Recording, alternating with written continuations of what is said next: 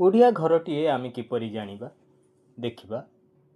ବାହାରେ ବା ଅଗଣାରେ ମା ବୃନ୍ଦାବତୀ ଶୋଭା ପାଉଥିବେ, ଘର ଭିତରେ ଜଗନ୍ନାଥ ମହାପ୍ରଭୁ ଭାଇ ଭଉଣୀଙ୍କ ସହିତ ଶୋଭା ପାଉଥିବେ ଏବଂ ଘରେ ଗୋଟିଏ ଭାଗବତ ଗ୍ରନ୍ଥ ଥିବ।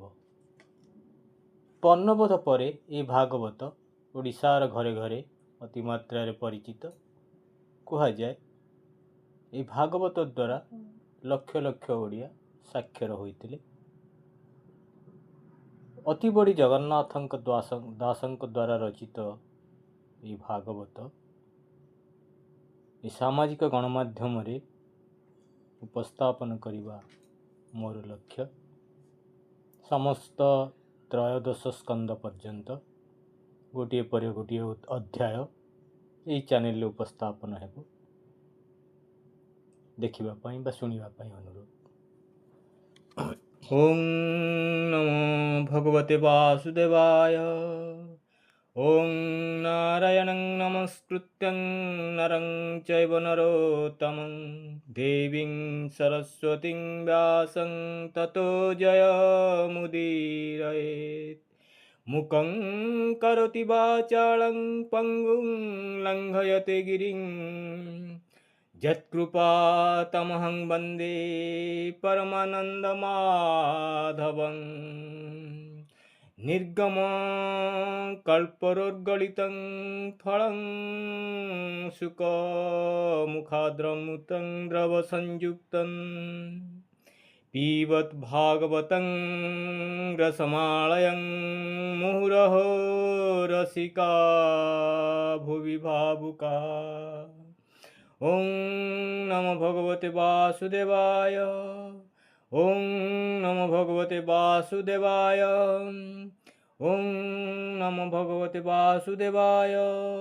नमो नृसिंहचरण अनादि परम कारण ଯାହାର ଆଦି ମଧ୍ୟ ଅନ୍ତେ ବିଚାର ନ ଘଟେ ଜଗତେ। ଇନ୍ଦ୍ରିୟ ଅର୍ଥ ନ ଜାଣନ୍ତି ସତ୍ୟ ଯେ ନିତ୍ୟ ପ୍ରକାଶନ୍ତି। ଆନନ୍ଦ ମନେ ବେଦସାର ବ୍ରହ୍ମାଣ୍ଡ କଲା ସେ ବିଚାର। ଯାର ସ୍ୱରୂପ ହୃଦେ ଚିନ୍ତି ବେଦ ପୁରୁଷ ନ ଜାଣନ୍ତି। ମୃତ୍ତିକା ବିକାର ଯେ ମନ୍ତ ଜଳ ନଳେ ସୁଯନ୍ତ୍ରିତ। ରୂପ ରୂପ ସ୍ଥିତି ତିନି ଯାହା ଯୋଗରେ ଅନୁମାନି। ସ୍ୱଭାବେ ନୋହେ ଯେ ମନ୍ତ ଏ ସାଂଖ୍ୟ ଯୋଗୀଙ୍କର ମତ। ଆତ୍ମା ପ୍ରକାଶେ ଜନ୍ମ ହୋଇ ନିରତେ କୁହୁକ ବୋଲାଇ। ସତ୍ୟ ପରମାନନ୍ଦ ହରି ଯାହା ଭାବିଲେ ଭବୁତରି। ତାର ଚରଣେ ନିତ୍ୟ ଧ୍ୟାନ କରିତରନ୍ତି ସୁଜ୍ଞଜନ। ସେ ହରି ପାଦ ହୃଦେ ଧରି ପ୍ରବନ୍ଧେ ଗୀତ ନାଦ କରି। ଅଶେଷ ଜଗତର ହିତେ ବନ୍ଦଇ ଦାସ ଜଗନ୍ନାଥେ। ନିର୍ମଳ ମୁନିଙ୍କର ମତେ ହରିଚରିତ ଭାଗବତେ। କହିବି ଅଛି ଯେତେ ଗୁଣ ସୁଜନେ ସାବଧାନେ ଶୁଣ। କପଟ ଧର୍ମ ଯାର ନାହିଁ ସ୍ୱଭାବେ ଶାସ୍ତ୍ର ସେ ବୋଲାଇ। ସେ ସାଧୁ ଜନଙ୍କର ଧର୍ମ ମାୟାବର୍ଦ୍ଧିତ ଶୁଭ କର୍ମ। ସେ ଧର୍ମ ଯେହୁ ଅନୁମାନି ଏଣୁ ସଂସାରେ ଯେତେ ଜ୍ଞାନୀ। ତାଙ୍କ ବିଚାରେ ବସ୍ତୁ ଯେତେ କହିବା ଶୁଣ ଏକ ଚିତେ। ଲକ୍ଷ ଲକ୍ଷ ଯେତେ ଜାଣି ବୋଧ ବିଚାରେ ପରିମାଣି। से वस्तु अछि जहि पुरी जहा चिंतन्ति ब्रह्मचारी श्रवण मात्रे मोक्ष पाई त्रिताप मान क्षय जाई हृदरे बसई तक्षण अनादि प्रभु नारायण एणु अधिक अन्य ग्रंथे कि प्रयोजन ए जगते ए भागवतर महिमा के करी पारे गुण सीमा सकल देव होई वृक्षे फल फलिले अंतरिक्षे केते दिने पाची तले वृक्ष पड़िले वायु बले सुख धाइले ताहा देखी पक्षींक संगत उपेक्षी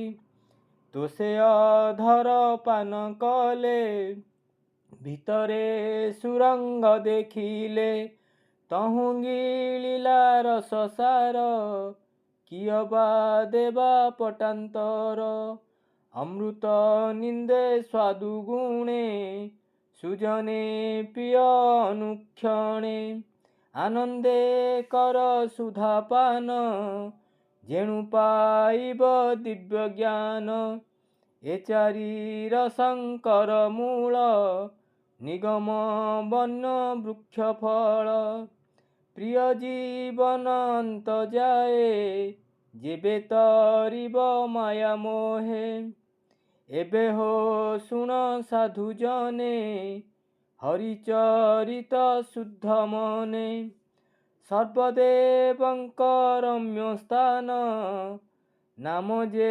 नैमिषारण्य कलिर आगमन देखी मुनिये स्वस्थान उपेक्षी सोनक आदि मुनिगणे मिलिले नैमिषारण्ये कली कलु से भय करी एकांते मुनि ए विचारी संकल्प करी एक तुले समस्ते यज्ञ आरंभिले जानती शुभे सर्वदीक्षा स्वर्गाप वर्गे कले इच्छा सकल मिली प्रातः काले कर्म साधिले ज्ञान बले सुत मुनिଙ୍କୁ मध्ये करी सकल बसिले आबुरी सकल मुनि शुद्ध मने कहन्ति अमृत वचने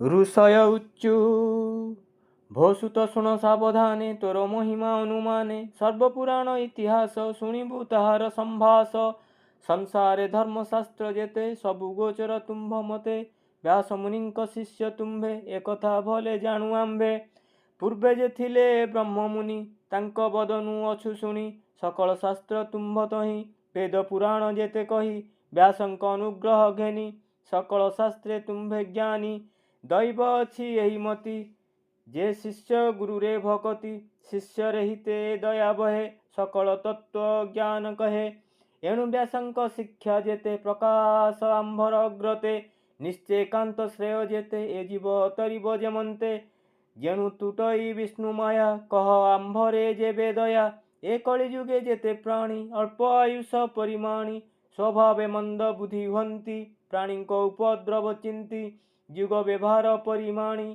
सकल धर्म आम्भे जानी ए प्रश्न शुभ आम्भ मते सार उद्धरी तुम्भ चिते कुह केमन्ते प्राणींकर ए घोर मायारु निस्तार जेने प्रसन्न होई करी ए जीव आत्मा को उद्धरी तुम्भे प्रश्न जोग बळे प्रकाश कर महितले कि प्रयोजने जगन्नाथ देवकी उद्धरे संभूत से केहू कह शुद्ध चिते आम्भे पचारु जनहिते घोर संसारे प्राणी पड़ी आत्मा निस्तार पथ हुड़ी जार नाम उच्चारिले संकटु तरी जानती भले जा भयु जीव तेज हरे से हरि नाम शुणी डरे जार चरणे आश्रय करी पावन हन्ति ब्रह्मचारी शुद्ध करन्ति सर्वजने गंगा जेसने स्नान पाने जार जस गुण श्लोके पुण्य भजन्ति एके एके କଳି କଳୁଷ ନ ଲାଗଇ କେବା ନ ତରେ ହାଗାଇ ଯେ ଯଶ ଗାଇ ମୁନିଗଣେ ସୁଖେ ତରନ୍ତି ଭବବନେ ଯେ ହରି ବ୍ରହ୍ମାଣ୍ଡ ମଧ୍ୟରେ ନାନା ଶରୀରେ ଅବତାରେ କଳି ଆଗମ ଆମ୍ଭେ ଦେଖି ସକଳ ସମ୍ପଦ ଉପେକ୍ଷୀ ଏ ପୁଣ୍ୟ କ୍ଷେତ୍ରେ ଶୁଭକ୍ଷଣେ କୃଷ୍ଣର କଥା ଅନୁକ୍ଷଣେ କରି ତରିବୁ ବିଷ୍ଣୁ ମାୟା ଭୌମୁନି ତୁମ୍ଭେ କର ଦୟା ଆମ୍ଭର ପୂର୍ବ ପୁଣ୍ୟ ଫଳେ ସଙ୍ଗ ହୋଇଲୁ ତୁମ୍ଭ ମେଳେ ଏ ଭୟଙ୍କର କଳି କାଳେ ଆମ୍ଭେ ଯେ ଅଛୁ ଭବ ଜଳେ ଏ ଜଳୁ ତୁମ୍ଭେ କର ପାର ବୈତେ ଜେନେ କର୍ଣ୍ଣଧାର ସେ ହରି ଭକତ ବତ୍ସଳ ସର୍ବଦେବଙ୍କ ଆଦିମୂଳ ସକଳ ଧର୍ମ ଯାର ସଙ୍ଗେ ସୁଖେ ବିହରେ ନାନା ରଙ୍ଗେ କଳି ଆଗମେ ଭଗବାନ ପଶିଲେ ଆପଣା ଭୁବନ ଯେ ଧର୍ମ ସଂସାର ରଖିବ ସେ କାହିଁ ଶରଣ ପଶିବ ସେ କଥା କହ ମୁନିବର ଆମ୍ଭ ସଂଶୟ ହେଉ ଦୂର ଆତ୍ମାର ମାୟା ଯୋଗ ବଳେ ବିହରେ ଅବନି ମଣ୍ଡଳେ ତାର ମହିମା ଶୁଣି ନିତ୍ୟେ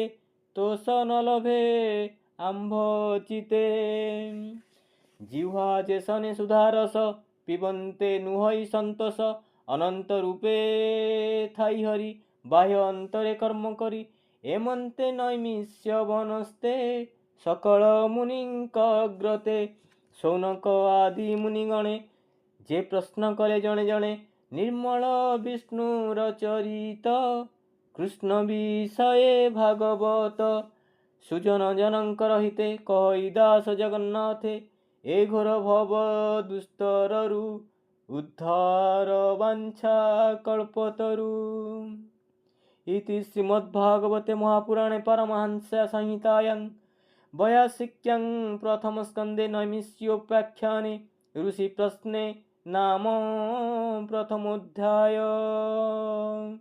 प्रथम स्कंदर प्रथम अध्याय समाप्त हेला।